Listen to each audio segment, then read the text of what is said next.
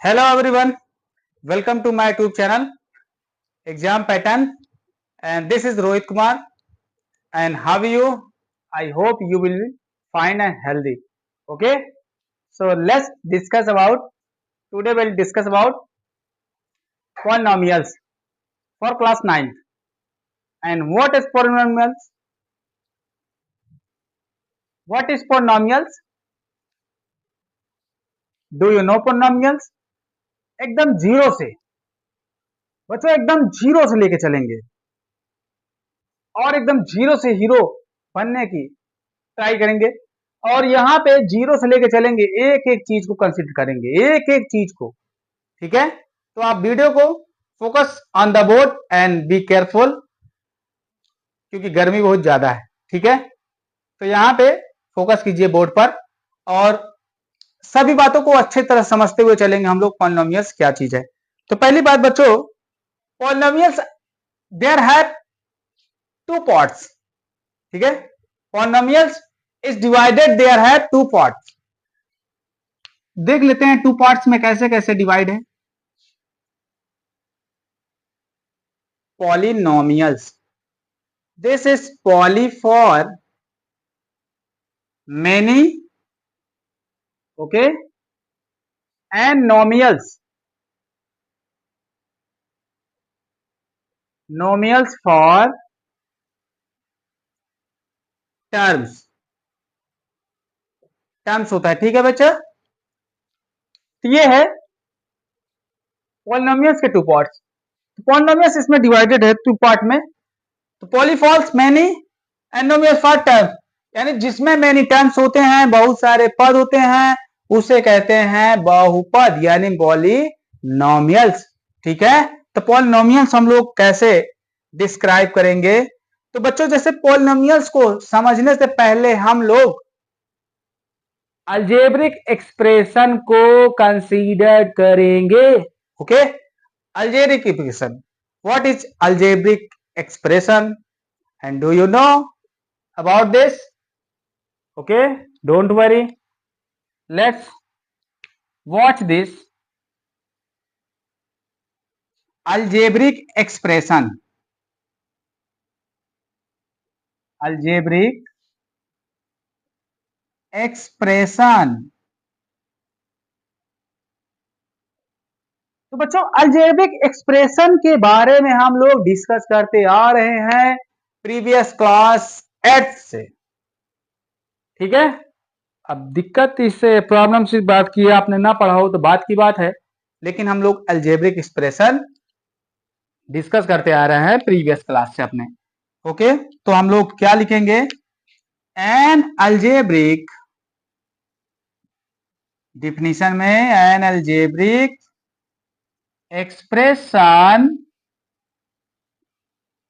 N algebraic expression is a combination of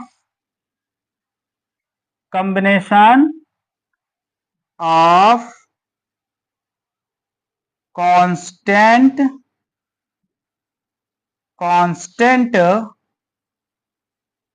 and variables, constant and variables connected by the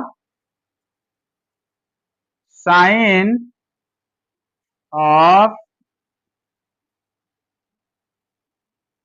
fundamental operation, fundamental operations. Okay, तो हम लोग क्या कह सकते हैं?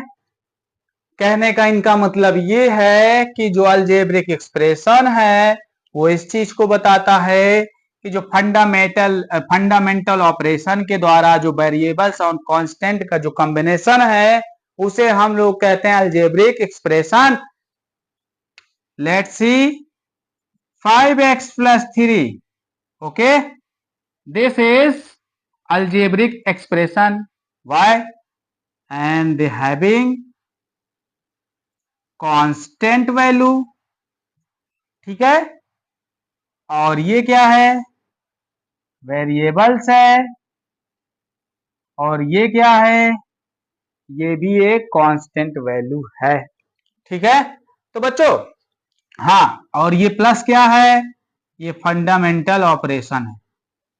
ठीक है, तो भैया फंडामेंटल ये ऑपरेशंस हैं।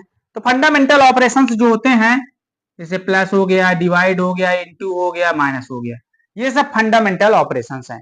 तो बच्चों आप समझ गए कि जिसमें एक कांस्टेंट होगा और जिसमें एक वेरिएबल्स होगा, यानी इसका कोफिशिएंट के साथ मल्टीपल हो, प्लस हो, डिवाइडेड हो, इन सब को हम कह सकते हैं अलजेब्रिक एक्सप्रेशंस। इसे भी हम लोग अलजेब्रिक एक्सप्रेशंस कह सकते हैं। ओके, मैंने कहा ना कि कहीं भी कोई कांस्टेंट, कांस्टेंट मतलब जिसकी वैल्यू, हाँ पहले जान लेते हैं कि कांस्टेंट क्या होता है बच्चों। कांस्टेंट, कांस्टेंट या अनवेरिएबल, कांस्टेंट या अनवेरिएबल बोल सकते हैं। ठीक है, यानी हुज वैल्यू या हुज नंबर, ठीक है ना, यानी whose number not change value. ठीक है ना, यानी कि जिसकी वैल्यू नहीं चेंज होती। ठीक है, जैसे like that,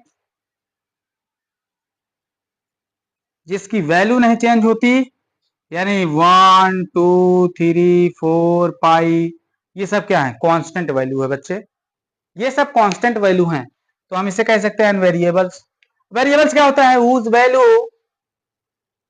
change of value. ठीक है ना, whose number change of value, तो मतलब जिसकी वैल्यू चेंज होती रहती है। ठीक है, तो जिसकी वैल्यू चेंज होती रहती है बच्चों, जैसे हम लिख सकते हैं अल्फाबेटल, अल्फाबेटिकल जानते हो ना, alphabet, alphabet, alphabet is not variables, but like that, alphabet variables नहीं होते, लेकिन अल्फाबेट के जैसे वेरिएबल्स होते हैं। समझ गए ना, तो यही है।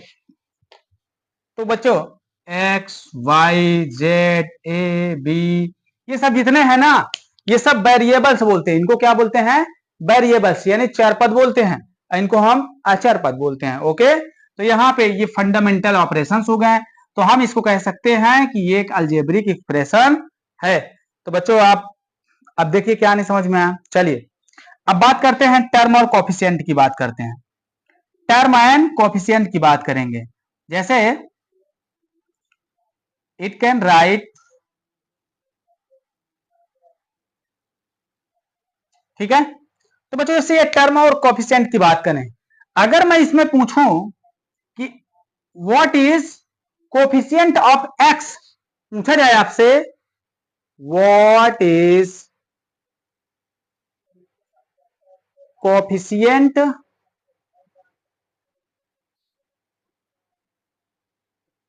Coefficient of x, what is coefficient of x, तो आप बोलेंगे कि जो एक्स यानी जो वेरिएबल्स के साथ जो भी नंबर्स मल्टीपल में है वही उसका कोफिशिएंट है। समझ गए ना, आपसे पूछ रहा है कि एक्स का गुणांक क्या है, तो आप बोल दीजिए कि एक्स का कोफिशिएंट 5 है। यहाँ पे वाई का कोफिशिएंट क्या है, तो बच्चों देख लीजिएगा, जिसका कोफिशिएंट कोई नंबर नहीं होता उसका कोफिशिएंट ऑलवेज 1। ठीक है, जिसमें कोई भी नंबर नहीं होता उसका कोफिशिएंट ऑलवेज 1 होता है। तो ये आपको याद रखना पड़ेगा। ओके, तो बच्चों ये आपको समझ में आया होगा, तो इसे हम बोल सकते हैं अलजेब्रिक एक्सप्रेशन। तो बच्चों आई होप कि आप सबको अलजेब्रिक एक्सप्रेशन समझ में आया होगा। तो बच्चों अलजेब्रिक एक्सप्रेशन आप समझ गए हैं, तो आप चीजों को बारीकी से, बच्चों कॉपी पेन लेके बैठिए, जब भी वीडियो को देखें कॉपी पेन लेके बैठे, और वीडियो का जितना भी है निचोड़ सब नोट करते हैं। अच्छे बच्चे इसी तरह करते हैं, जो स्मार्ट होते हैं, नंबर ज्यादा लाने वाले बच्चे इसी तरह करते हैं। तो आप भी उनकी तरह करें, कॉपी लेके पेन लेके बैठे और वीडियो को बारीक से देखते जाएं और नोट करते जाएं। ठीक है, चलिए अब बात कर लेते हैं पॉलिनोमियल्स की, पॉलिनोमियल्स की बात कर लेते हैं भैया, पॉलिनोमियल्स की बात कर लेते हैं। क्या होता है पॉलिनोमियल्स? तो बच्चों हम इन सब को पॉलिनोमियल्स कह सकते हैं। 2x² + 4x² + 5x, या कह सकते हैं 2/5x + 5, ये भी होगा पॉलिनोमियल्स। ठीक है, और हम क्या कह सकते हैं √3x + 2, इसे भी हम पॉलिनोमियल से बोल सकते हैं। और क्या कह सकते हैं 2x³ + x + 1, ये भी पॉलिनोमियल्स है। ठीक है, तो इस तरह के जितने भी वैल्यू हैं ये सब के सब पॉलिनोमियल्स हैं, तो इसे भी आप पॉलिनोमियल्स कह सकते हैं। तो देख लीजिए बच्चों, ये सब को पॉलिनोमियल्स बोल, बहुपद ये सब बहुपद हैं, बट इसकी कंडीशंस है। तो हम क्या कहेंगे बच्चों कि there should be exponent of exponent of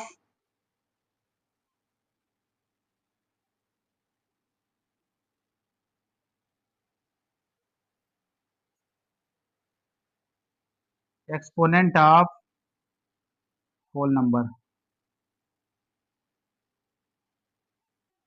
exponent of polynomials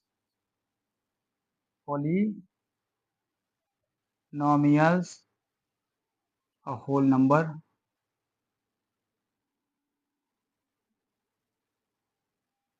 whole number, और या होल नंबर या पॉजिटिव इंटीजर, पॉजिटिव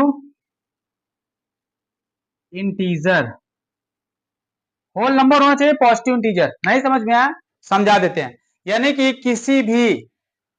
किसी भी पॉलिनोमियल्स की, किसी भी पॉलिनोमियल्स की, अरे किसी भी अलजेब्रिक, यानी किसी भी variable, exponent of variables, exponent of variable कह सकते हैं भैया, एक्सपोनेंट ऑफ वेरिएबल्स, यानी किसी भी वेरिएबल की जो पावर है, यानी जो पावर है, एक्सपोनेंट मतलब जो पावर है वो या होल नंबर होना चाहिए, और या तो पॉजिटिव इंटीजर होना चाहिए, निगेटिव नहीं होना चाहिए, वरना वो पॉलिनोमियल्स नहीं कहलाएगा। It cannot be say polynomials whose exponent of negative integer, समझ गए ना? तो हम लोग उसे पॉलिनोमियल्स नहीं कहेंगे जिसका एक्सपोनेंट नेगेटिव इंटीजर होगा। जैसे बच्चों सुनिए, x⁻² + 1, ये पॉलिनोमियल्स नहीं हो सकता। ठीक है, ये पॉलिनोमियल्स नहीं हो सकते। ठीक है, अगर मैंने कह दिया x⁻³ + 2 ये पॉलिनोमियल्स नहीं हो सकता, और कह दिया कि 1/x + 2 ये पॉलिनोमियल्स नहीं हो सकता, और कह दिया कि 3√2√x + 1/2 ये पॉलिनोमियल्स नहीं हो सकता, और कह दिया कि √x + 1/√x ये पॉलिनोमियल्स नहीं हो सकता, और कह दिया कि x √3/x⁻² + 2x + 3 ये पॉलिनोमियल्स नहीं हो सकता, नहीं हो सकता। तो भैया आप अच्छी तरह से नोट कर लीजिए कि ये सब पॉलिनोमियल्स नहीं हो सकते। अगर इस तरह कहीं दिखाई दे रहा है तो आप समझ जाइए कि ये सब पॉलिनोमियल्स नहीं हो सकते। समझ गए? क्योंकि देखिए इनका जो एक्सपोनेंट है, जो इनकी पावर है, वो क्या है, नेगेटिव इंटीजर है, यानी नॉन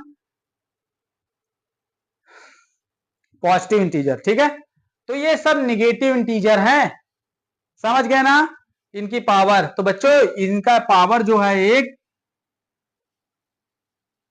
माने दशमलव संख्या पॉइंट में नहीं आना चाहिए। ठीक है ना, तो आप ऐसे समझ सकते हैं। ठीक है, और मैं एक एग्जांपल लिख दे रहा हूं, अगर किसी की पावर में 3.2 + x लिखा है तो ये पॉलिनोमियल्स नहीं हो सकता। तो बच्चों आपको समझ में आ गया यार कि ये सब पॉलिनोमियल्स नहीं हो सकते, लेकिन ये सब पॉलिनोमियल्स हो सकते हैं। तो आप लिख लीजिए भैया, जिसकी पावर, जिस चर की घात एक धनात्मक पूर्णांक हो, धनात्मक पूर्णांक या पूर्ण संख्या हो, वो क्या होता है? बहुपद होता है। ठीक है, वो क्या होता है? बहुपद। ये भैया बहुपद की परिभाषा है, लिख लो भैया, लिख लो भाई, समझ गए ना? कि जिस चर की घात एक धनात्मक पूर्णांक हो या एक पूर्ण संख्या हो, उसे हम लोग क्या कहेंगे? पॉलिनोमियल्स कहेंगे, यानी बहुपद कहेंगे।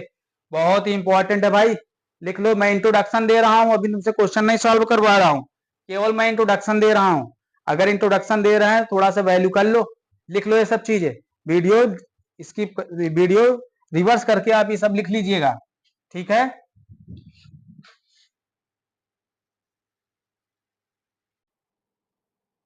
सो बच्चों पॉलिनोमियल्स को हम लिख सकते हैं इन पॉलिनोमियल्स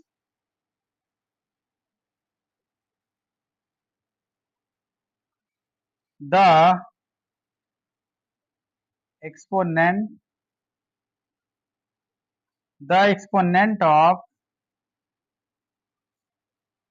each लिख लीजिएगा, the exponent of each of the variables, each of the variables, each of the variables should be whole number। ठीक है बच्चों, वेरिएबल्स की जो पावर है या जो एक्सपोनेंट है वो कैसा होना चाहिए? होल नंबर या पॉजिटिव इंटीजर, और पॉजिटिव इंटीजर, पॉजिटिव इंटीजर होना चाहिए। ठीक है बच्चों, तो आप सब समझ गए होंगे। अब हम लोग थोड़ा सा डिस्कस कर लेंगे, इसके टाइप्स के बारे में डिस्कस कर लेंगे। तो बच्चों आपको समझ में आ गया। तो पॉलिनोमियल्स जब भी हमको लिखना है वो किस में होना चाहिए? डिसेंडिंग ऑर्डर में होना चाहिए। बच्चों कैसे होना चाहिए? डिसेंडिंग ऑर्डर में होना चाहिए कि नहीं?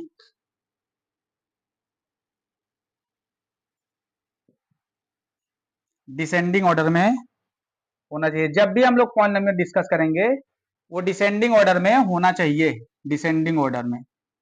जैसे देख लीजिए, x power 5 plus 4x² plus x plus x cube. ठीक है, तो इनको हम डिसेंडिंग ऑर्डर में लिखेंगे। डिसेंडिंग ऑर्डर का मतलब घटते क्रम में, घटते क्रम में लिखेंगे। तो बच्चों जैसे घटते क्रम में 5 आएगा पहले, plus sorry x cube plus 4x² plus x, और बाद में जो नंबर बचता है वो आएगा। ठीक है, ये हुआ डिसेंडिंग ऑर्डर। देखिए कैसे लिखा है, डिसेंडिंग ऑर्डर में लिखा है ना। ठीक है, अब आपसे क्या पूछेगा? 10th में क्या पूछता है आपसे? क्या पूछेगा? किसकी पावर बताइए? कहेगा पॉलिनोमियल्स की पावर बताइए, पॉलिनोमियल का एक्सपोनेंट बताइए। तो पॉलिनोमियल्स के एक्सपोनेंट बताना है, जो सबसे बड़ी पावर होगी ना बच्चों, इन सब में जो सबसे बड़ा होगा, ये पावर देखिए एक्सपोनेंट, इसे कहता है एक्सपोनेंट। एक्सपोनेंट कैसा होना? डिसेंडिंग ऑर्डर में होना चाहिए। जैसे देखो 5 बड़ा है, डिसेंडिंग घटते क्रम में कैसे होता है? 5 बड़ा है, फिर 3, फिर 2, फिर 1, ऐसा होना चाहिए ना बच्चों, ऐसे होना चाहिए ना यार, तब भी नहीं समझते। ठीक है, तो यहाँ पे डिसेंडिंग ऑर्डर ही हो गया। तो बच्चों समझ गए ना आप लोग कैसे लिखना है? तो इनकी पावर के बारे में पूछे कि इसका एक्सपोनेंट बताइए, पॉलिनोमियल्स का ये एक्सपोनेंट बताइए। तो आप क्या करेंगे बच्चों? पॉलिनोमियल्स का एक्सपोनेंट कैसे निकालेंगे? तो जैसे कि जो सबसे बड़ी पावर होगी, जिस वेरिएबल का सबसे बड़ा एक्सपोनेंट होगा, वही क्या हो जाएगा? उसकी पावर हो जाएगी। ठीक है, एक्सपोनेंट हो जाएगा। तो आप बता देंगे कि इसकी एक्सपोनेंट कितनी है? 5 है। तो आप लिख दीजिए power is equal, power is equal 5। अब आए बच्चे, कोफिशिएंट की बात कर लिए थे ना, अब टर्म की बात कर लेते हैं कि टर्म्स क्या होते हैं। आओ भैया इसको भी समझ लेते हैं। पद कहते हैं पद। ठीक है, और कोफिशिएंट, चलो फिर से एक बार बता दे रहे हैं। कोफिशिएंट, तो भैया कोफिशिएंट क्या होता है भैया? गुणांक बोलते हैं, गुणांक। तो भैया कोफिशिएंट देखिए टर्म क्या मतलब है, जैसे 2x+5 लिख दिया, like that it can be right से ऐसा लिख दिया, ठीक है। तो इसमें कितने पद, कितने टर्म्स हैं? तो बोल देंगे भैया इसमें दो टर्म्स हैं। कौन कौन? एक ये हो गया और एक ये हो गया, दो टर्म्स हैं, ठीक है। अब जैसे कोफिशिएंट पूछ लिया, coefficient of x, x coefficient क्या है? तो आप बता दीजिए, दो है, ठीक है बच्चों। एक्स कोफिशिएंट दो है, तो आपको समझ में आ गया होगा कि एक्स कोफिशिएंट दो है।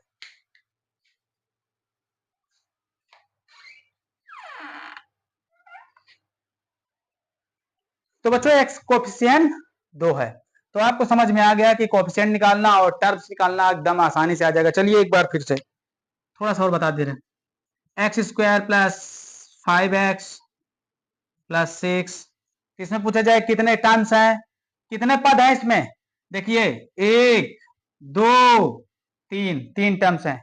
समझ गए आप? अरे यार समझ गए होगे ना भाई? हाँ हाँ मैं कह रहा हूं समझ गए होंगे। चलिए इसमें तीन टर्म्स हैं तो लिख देंगे तीन टर्म। अब x² का कोफिशिएंट पूछे तो, अगर x² का कोफिशिएंट पूछे तो इनके बीच हमेशा इससे वन होता है, कुछ हो ना हो लेकिन वन हमेशा होता है। तो आप बता दीजिए x² का कोफिशिएंट, x² का गुणांक क्या है? एक है। तो ये सब आप सीख लीजिए। अगर एक बार ना समझ में आए दोबारा वीडियो स्किप करके, दोबारा वीडियो रिसीव करके थोड़ा से रिवर्स करके वीडियो फिर से देखें। जो चीज ना समझ में आए फिर से रिवर्स करके वीडियो को तुरंत देखें और सारा कुछ समझ में आएगा, पूरा मैटर समझ में आएगा बच्चों, ठीक है। चलिए अच्छी बात है, आपको समझ में आ गया। तो बच्चों समझ में आ जाए तो कमेंट बॉक्स में जरूर कमेंट कीजिएगा, ठीक है। चलिए टाइप से देखते हैं, types of polynomials. Types of polynomials there are, देखिए टाइप्स ऑफ पॉलिनोमियल्स कैसे हैं जरा देख लो। तो भैया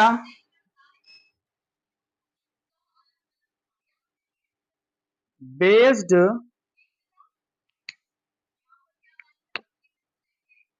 ऑन डिग्री, ठीक है। यहां पे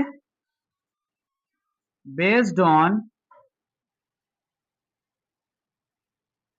टर्म,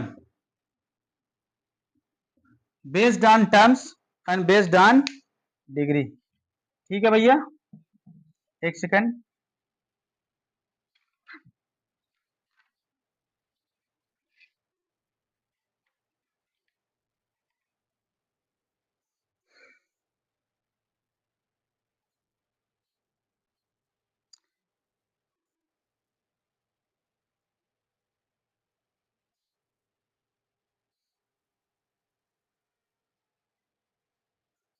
तो बेस्ड ऑन टर्म और बेस्ड ऑन डिग्री देखेंगे, ठीक है। अगर डिग्री की बात कर लिया जाए बच्चों तो जरा ठीक से देखिएगा, जैसे हमने बनाया है टेबल वैसे ही आप टेबल क्रिएट करिएगा, ठीक है। तो देखिए सबसे पहले डिग्री की बात कर लिया जाए तो डिग्री में सबसे पहले होगा, सबसे पहला नंबर क्या होगा? Linear, linear polynomial, linear polynomial. बच्चों लीनियर पॉलिनोमियल का मतलब क्या होता है? लीनियर पॉलिनोमियल का मतलब यह होता है बच्चों, जैसे whose exponent of variables one, ठीक है ना। whose वेरिएबल यानी कोई ऐसा वेरिएबल जिसकी पावर, ठीक है, whose variable exponent of one, ठीक है। तो कहने का मतलब जिसकी वेरिएबल्स की पावर एक है उसे हम लोग कहते हैं लीनियर पॉलिनोमियल, ठीक है। लाइक दैट x+5 2x+2 ऐसे करके, ठीक है। और हम क्या लिख सकते हैं? y+1 ऐसे करके लिख सकते हैं। ठीक है बच्चों, तो ये हो जाएगा इस प्रकार से। तो ये सब ये देख लीजिएगा, इनकी पावर देखिए हर जगह, और ये भी हो सकता है। अच्छा ठीक है, तो इन सब की पावर देख लीजिए, पावर देख लीजिए हर जगह। जो वेरिएबल्स है ना, जो वेरिएबल्स आपको दिखाई दे रहा है, इनकी सबकी पावर देखिए एक एक एक एक हर जगह है बच्चों। इनकी पावर एक, बच्चों जैसे कि पावर एक लिखा नहीं जाता कहीं किसी के ऊपर, ठीक है ना, हमेशा होती है पावर। तो आप इस चीज को समझ लीजिए, पावर कहीं लिखा नहीं जाता। तो देख लीजिए एक्स की इक्वल पावर 1, यहाँ भी 1, यहाँ भी 1। सिर्फ वेरिएबल्स की पावर देखिए, एक्स जरूरी नहीं है, वाई का भी, ये भी तो वेरिएबल्स है। तो वेरिएबल्स की पावर सिर्फ देखिए कि एक एक है क्या। अगर एक है तो आप कहेंगे कि लीनियर पॉलिनोमियल्स है। ठीक है, चलो अच्छी बात है, आपको समझ में आया। If degree of polynomials 1। Next number 2,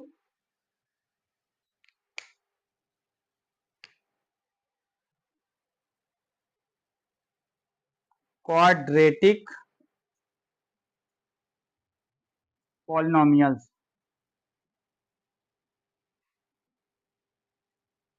quadratic polynomials, अब ये क्या होता है भाई?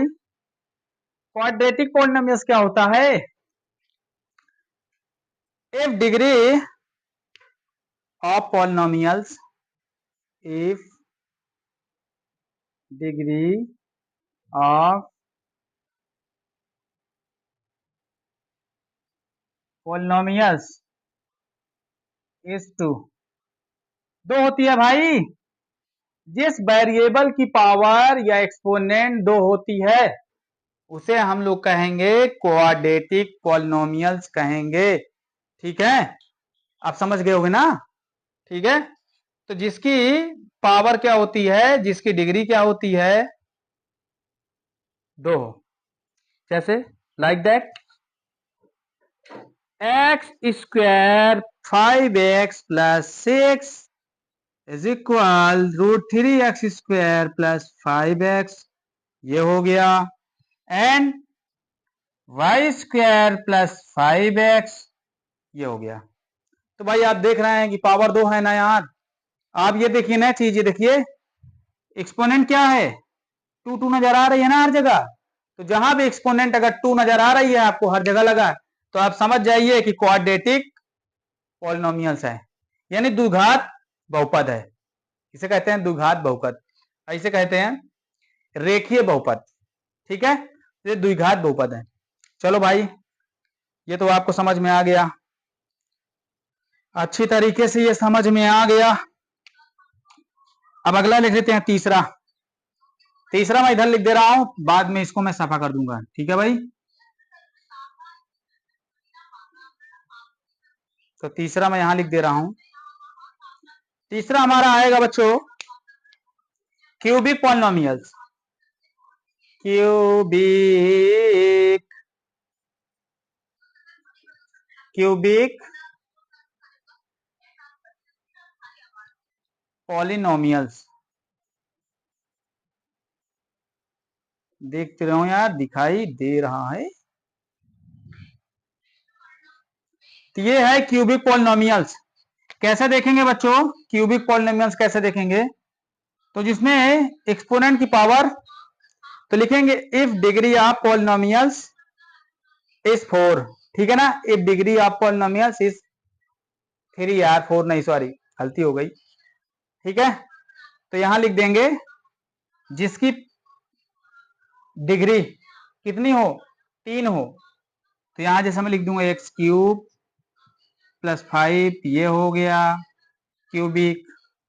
और लिख दे रहे हैं ax³ plus bx² plus cx plus d and a not equal 0, ए 0 नहीं होना चाहिए। ठीक है, तो ये क्या हुआ, क्यूबिक पॉलिनोमियल्स हो गया जिसमें पावर डिग्री 3 हो। ठीक है, तो बच्चों ये सब समझ में आया होगा। अब हम लोग बेस्ड ऑन टर्म्स देख लेते हैं, तो ये पॉलिनोमियल्स देख लेते हैं। तो बच्चों जैसे कि इसका पहला नंबर देखें, तो इसका जो पहला नंबर हो इसे कहते हैं मोनोमियल्स।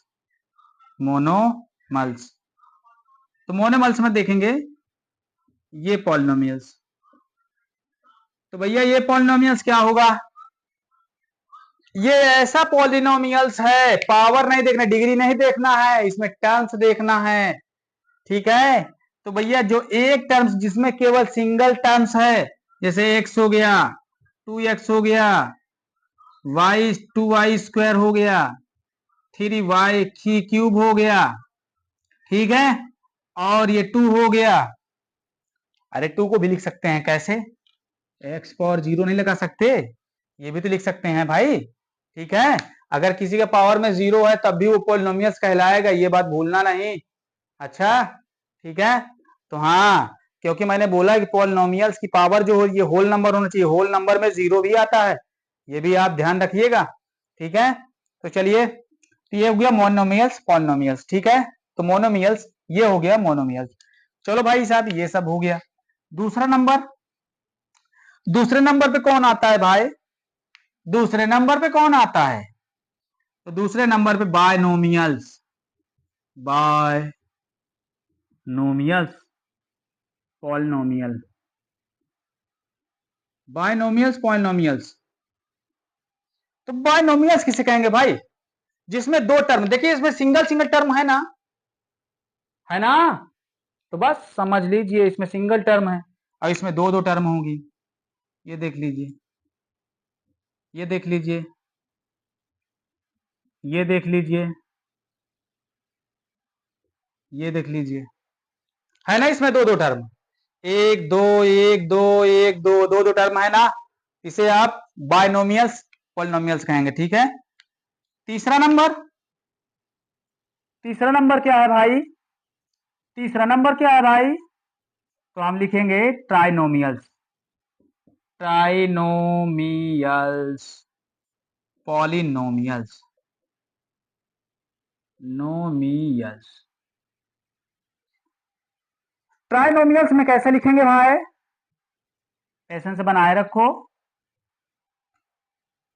ट्राइनोमियल्स में कैसे लिखेंगे, ट्राइनोमियल्स जैसे बच्चे जिसमें तीन टर्म्स होती हैं, ठीक है ना, थ्री टर्म्स हो, जैसे x cube plus 2x square 2x, ये हुआ तीन टर्म्स, ठीक है बच्चों।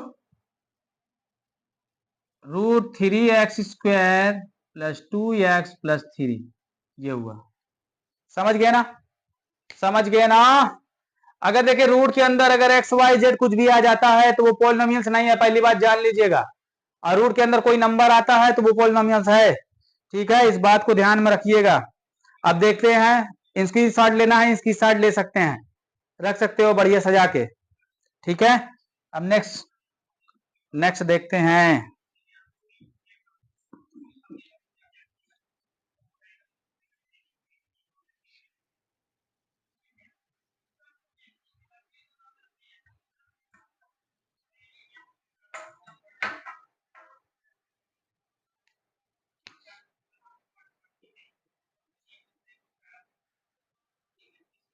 0 पॉलिनोमियल्स, तो 0 पॉलिनोमियल्स बच्चों, 0 पॉलिनोमियल्स। अब 0 पॉलिनोमियल्स किसे कहेंगे, किसे कहेंगे, ऐसा पॉलिनोमियल्स जो अनडिफाइंड हो, जिसकी डिग्री अनडिफाइंड है, ठीक है। जैसे जरा देखिएगा, पी एक्स इज इक्वल 0, ठीक है, पी एक्स इज इक्वल 0, तो हम इसे लिख सकते हैं 0x⁴1, 0x⁴0, ऐसे, ठीक है। अब किसी के पावर में 0 का मतलब बच्चों होता है, किसी के पावर में 0, किसी वेरिएबल्स की पावर अगर 0 तो उसका मान 1 होता है, और 1 का 0 में गुणा कराएंगे 0 आ जाएगा, 1 का 0 मल्टीप्लाई कराएंगे 0 आ जाएगा, ठीक है। तो इस तरह कहेंगे कि जिसकी पावर अनडिफाइंड है उसको 0 पॉलिनोमियल्स कहेंगे। जैसे देख लीजिए, और देख लीजिए, हमने लिख दिया 0x⁴100, ये भी क्या है, ये भी 0 पॉलिनोमियल्स है, 0x⁴90 100, ये भी क्या है, 0x पॉलिनोमियल्स है, ठीक है बच्चों। तो ये सारे के सारे पॉलिनोमियल्स क्या है, जीरोस पॉलिनोमियल्स है, ठीक है, यानी शून्य बहुपद है, ठीक है। अब देख रहे हैं कांस्टेंट पॉलिनोमियल्स क्या होता है, कांस्टेंट पॉलिनोमियल्स, कांस्टेंट पॉलिनोमियल्स क्या होता है। अब कांस्टेंट पॉलिनोमियल्स क्या होता है बच्चों, तो कांस्टेंट पॉलिनोमियल यानी अचर बहुपद। तो अचर बहुपद क्या होता है बच्चों, जिसकी डिग्री जीरो हो, जिसकी डिग्री जीरो हो जाए, तो whose polynomials exponent of zero, whose polynomials exponent of zero, तो जिसकी डिग्री जीरो हो, जैसे देख सकते हो एक्स फॉर जीरो, ठीक है। ये क्या है, एक कांस्टेंट पॉलिनोमियल्स है। देखिए अब मैंने लिख दिया 2y की पावर जीरो, ये हो गया constant polynomials, √3x is equal zero, ये हो गया कांस्टेंट पॉलिनोमियल्स, ठीक है। तो भैया देख लीजिए इनकी डिग्री क्या है, जीरो है कि नहीं। अगर इनकी डिग्री जीरो होती है तो कांस्टेंट, कांस्टेंट इसलिए बनता है बच्चों, जैसे किसी के पावर में अगर किसी वेरिएबल्स की पावर जीरो है तो वो एक कांस्टेंट वैल्यू यानी उसका वैल्यू वन होता है, ठीक है। किसी के पावर में अगर जीरो है, किसी वेरिएबल्स की पावर यदि जीरो है तो उसका जो वैल्यू है वन हो जाता है। जैसे इसका वैल्यू वन होगा, इसका 2 × 1 होगा, इसका √3 × 3, ये सब क्या है भाई, इसको मल्टीप्लाई करेंगे तो कांस्टेंट वैल्यू निकलेगी, ठीक है। तो ये कांस्टेंट हो गया, ठीक है भैया, ठीक है ना भाई। अब थोड़ा रिमाइंडर थ्योरम देख लेते हैं, remainder theorem, remainder theorem, remainder theorem क्या होती है बच्चे, तो रिमाइंडर थ्योरम ये होती है dividend is equal divisor into quotient plus remainder, ठीक है। तो बच्चा ये है remainder theorem, dividend is equal यानी हम इसे कह सकते हैं यार भाज इज इक्वल भाजक इनटू भागफल प्लस शेषफल, ठीक है बच्चों। ये होता है रिमाइंडर थ्योरम। शेषफल पर में यार क्या कहते हैं, शेषफल पर में, शेषफल पर में, इसे हम लोग कहेंगे शेषफल प्रमेय कहेंगे, ठीक है। तो आई होप बच्चों ये सारी की सारी बातें हम लोग डिस्कस कर चुके हैं, तो हम लोग सारी की सारी बातें डिस्कस कर चुके हैं। अब हम लोग आगे मिलेंगे, थोड़ा थकाई लग गई यार, कब से हो गया, बड़ा देर हो गया वीडियो शूट करते करते, ठीक है। तो बच्चों मेरे प्यारे बच्चों, कक्षा 9 के प्यारे प्यारे बच्चों, तो अपने दोस्त नाते रिश्तेदार जितने भी हैं पढ़ने लिखने वाले, उन सबको ये वीडियो जोर से जोर, एकदम बेसिक है यार, मैं अभी भी कह रहा हूं, अभी मैं एक्सरसाइज पे नहीं गया हूं, अब एक्सरसाइज पे आएंगे, ये सब बेसिक। तो आप वीडियो को जितनी बार पुश कर करके, पोस्ट कर करके, वीडियो को रिवर्स कर करके देख लीजिए, सब कुछ बढ़िया सीख लीजिए। और जो भी समझ में ना आए कमेंट में जाके कमेंट कीजिए, प्यारे प्यारे कमेंट कीजिए अच्छे अच्छे, और उसमें बताइए सर जी को कि ये सर हमको नहीं समझ में आया, या हमको पर्सनली मैसेज कर दीजिए सर अभी ये चीज ठीक है। तो मेरे प्यारे प्यारे बच्चों जो क्लास 9 के हैं और 10th वाले भी सुन लें, 10th वाले बच्चे जो हैं, यहाँ है पॉलिनोमियल जो बहुपद है ये 10th में भी है, तो आप पहले बेसिक सीख लो मेरे प्यारे बच्चों, उसके बाद हम 10th का भी पॉलिनोमियल्स पढ़ाएंगे और 9th का भी देखेंगे। लेकिन बच्चों जब तक बेसिक नहीं आएगा कैसे यार, बोर्ड एग्जाम है, ठीक है, बोर्ड एग्जाम है, don't be play our life, ठीक है। तो अपने जिंदगी साथ खिलवाड़ मत करो यार, ठीक है। चलिए अब अपने दोस्तों यार कि शेयर कीजिए यार, जोरदार शेयर कीजिएगा भाई, लगना चाहिए क्लास 9th वाले एकदम जोर लगा रहे हैं, लगना चाहिए क्लास 9th वाले एकदम जोरदार है, मतलब क्लास 9 सबसे आगे है। मैं क्लास 9th वालों के लिए, मुझे जिसका लगा कि वीडियो परफॉर्मेंस इसमें ज्यादा मिल रहा है उसी का वीडियो मैं अच्छे से लेके आऊंगा और अच्छे से बनाऊंगा, ठीक है। तो मैं कोशिश करूंगा एक ही वीडियो में आपका सारा निपटारा हो जाएगा। तो आप वीडियो को जरूर देखिए, पूरा पूरा वीडियो देखिए, एक सिर्फ मत कीजिए, हो सकता है आपके बहुत काम का मिलेगा, ठीक है। सारी बातों को मैंने पूरे तरह से अच्छे तरीके से कंसीडर किया, अब आगे हम लोग अगला मिलेंगे और हम लोग एक्सरसाइज के साथ मिलेंगे, ठीक है। तो बच्चे मुस्कुराते रहिए और हंसते रहें और मस्त रहें, खुश रहें, ठीक है। Thank you.